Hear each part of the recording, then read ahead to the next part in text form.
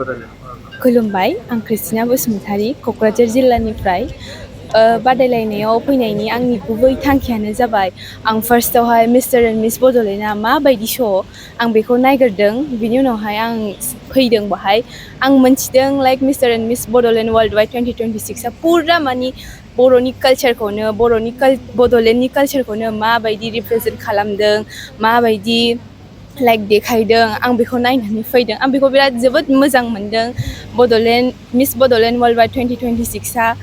हेन्दलुमजों कलेबरेसन खालामदों जेराव आं बिराद मोजां मोनदों जोंनि बड'लेण्डनि कालचारखौहाय प्रिजार्भ खालामनाय कनजारभेसन खालामनाय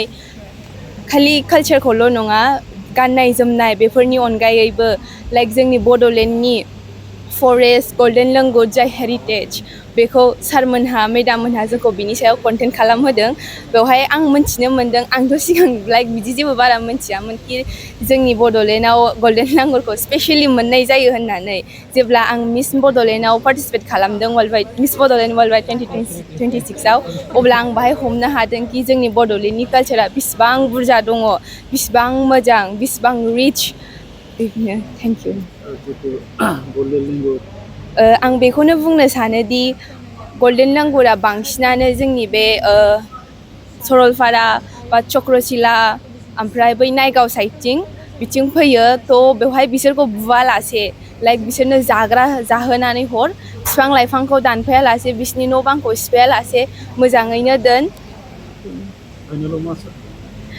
आंथ' फाइनालाव बेखौनो आसा खालामो जि आं जेनबाबो देरहाबाथ' मोजां आं कनफिडेन्ट दं आरोखि लाइक आं देरहागोन ओमफ्राय देरहानानै आङो जुदि आंनि कालचारखौ मेगा मिस नर्थ इस्टआव रिप्रेजेन्ट खालामनो मोनोबा आं गावखौनो बिराद मोजां मोनगोन प्राउड फिल खालामगोन आरो बाइचान्स आं जेनोबा नेक्स्ट इयार आङो मोजाङैनो मोजां प्रिपेरेसन खालामनानै फैफिनगोन आं मा गोरोन्थि मावदों आं बिनि सायाव नायबिजिरनानै नेक्स्ट टाइम मोजाङैनो फैफिनगोन आं হয় নমস্কাৰ মোৰ নাম সনম লামা আৰু মোৰ ঘৰ হ'ল বিশ্বনাথ চাৰিআলি আজি যোনটো এই মিছ এণ্ড মিষ্টাৰ বডোলেণ্ড ৱৰ্ল্ড ৱাইডটো হৈ আছে সেইটো ইয়াত আমি যোনটো প্ৰদৰ্শন দেখাম বা জিকা হাৰটো এইটো পাছৰ কথা দেই প্ৰথম কথাটো হ'ল আমি ইয়াত বহুত কথা শিকিব পাৰিম প্লাছ ইয়াত আমি নিজৰ লাইফৰ এটা স্কিল এটা শিকিব পাৰিম য'ত আমি বেলেগৰ লগত কথা ক'ব পাৰিম বা ইয়াত আমাৰ যিমান মেণ্টৰ আছে ডাঙৰবিলাক যেনে ইয়াত আমাৰ মণিপুৰৰ পৰা আহিছে ডেনিউব কাংজাম মেম হ'ল বা নিখিল ছাৰ তেওঁলোকৰ পৰা আমি বহুত বস্তু শিকিব পাৰিম আৰু ইয়াত নহয় ইয়াত এনেও সঁচাই ক'ব গ'লে ইয়াত টোটেল আমি 30জন কণ্টেষ্টেণ্ট আছোঁ ইয়াৰ পৰা খালি 3জনেই জিকিব বইজ 3টা আৰু গাৰ্লছ 3জন তাৰ পৰা কিন্তু আমি বেলেগ যোন হাৰা যিটো বেলেগ কথা কিন্তু তাৰ পৰা বহুত বস্তু শিকিব পাৰি ইয়াৰ পৰা কোনোবা বেলেগ ডক্টৰ ওলাব পাৰে বা কোনোবা ইঞ্জিনিয়াৰ ওলাব পাৰে কিন্তু তাৰ পাছত গৈ তাৰ ফিউচাৰটো ইয়াৰ পৰা বহুত শিকিব পাৰে বস্তুবিলাক আৰু ফৰেষ্ট কনজাৰ্ভেশ্যন কথাটো হ'ল মই যদি ইয়াৰ পৰা জিকি ওলাওঁ as a mister Bodoland world wide মই বেলেগক ক'ব পাৰিম যে মানে এজ এ উইনাৰ মই বেলেগক ক'ব পাৰিম যে য়েছ আমিও এটা ইয়াৰ পৰা শিকি আহিছোঁ আৰু পাছত গৈ ক'ব পাৰিম যে আমি ফৰেষ্ট কনজাৰ্ভেশ্যন হ'ল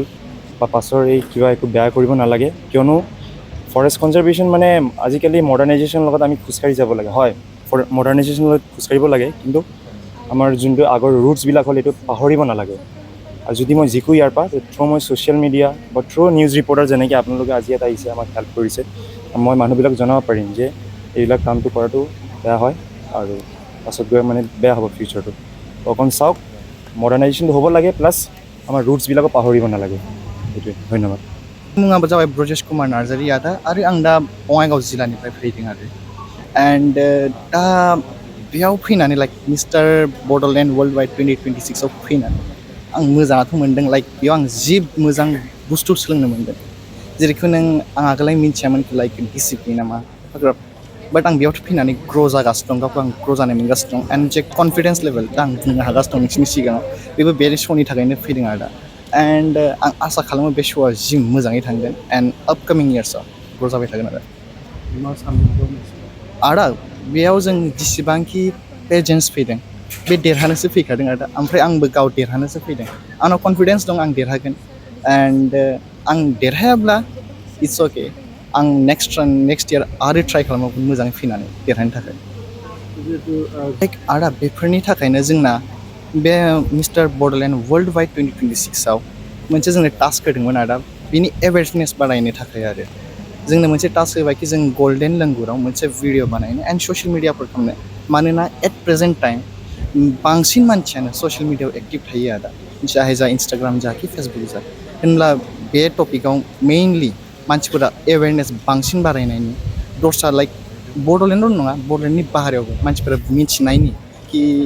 गल्डेन लेंगुरा मा बुस्थु बेयाव जोंना मा इम्परटेन्स दङ एन्ड जोंनि बे जायगायाव बड'लेण्डआव बिनि मा लाइक दाथ' बे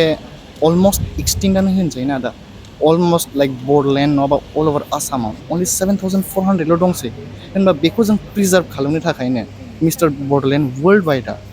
बे भिडिअनि टास्कखौ लादों आरो आं जुदि देरहायोब्ला मिस्टार बड'लेण्ड वर्ल्ड वाइड 2026 जोंनाव मोनसे स्ट्रं टुल दङ